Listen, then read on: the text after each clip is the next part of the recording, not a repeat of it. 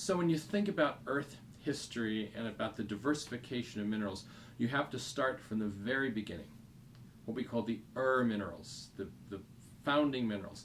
And these occurred long before Earth, long before there were any planets. In fact, they occurred in the very first few million years of the cosmos in exploding stars. You see, you have to think, what is a mineral? A mineral is a crystalline compound that has a very fixed set of chemical compositions. So, when could a crystalline compound have formed? They can't be at too high temperature. So right after the Big Bang, you had helium, you had hydrogen. Those are gases. They're not going to form crystals. So you had to form the first stars. And those stars, through nuclear processes, started generating more and more chemical elements. Carbon, oxygen, nitrogen, silicon, magnesium, calcium, the major rock-forming elements. But of course, they're still locked in that star. They're too hot. There's no minerals because it's too hot. So you have to wait till the star changes. And it can change in a couple ways. In some kinds of stars, very energetic stars, pulses of energy cause envelopes of gas to be burst out into space.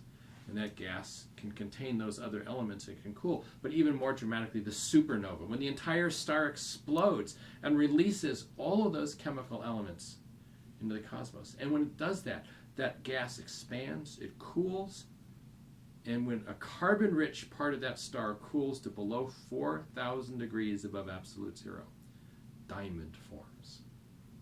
Diamond is the first mineral in the cosmos because it has a fixed chemical composition of a very common element in stars, carbon, and it has a very, very high temperature at which it first crystallizes.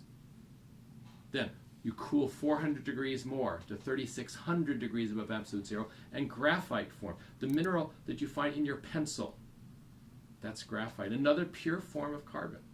And then there are a number of others, about a dozen in all, the minerals. So those minerals make up the dust and gas that surround the proto-sun as our solar system is forming. The sun is forming. 99% of the dust and gas come into the center. Gravity starts squeezing and heating, and then you get bursts of energy that radiate throughout the disk that's forming that has the leftover dust and gas that didn't go into the sun. And those bursts of heat start melting particles of dust, little, if you can imagine, little dust bunnies in space. Well, they melt, and then they form little droplets called chondrules, and those droplets stick together, and you have the earliest meteorites called the primitive chondrite meteorites.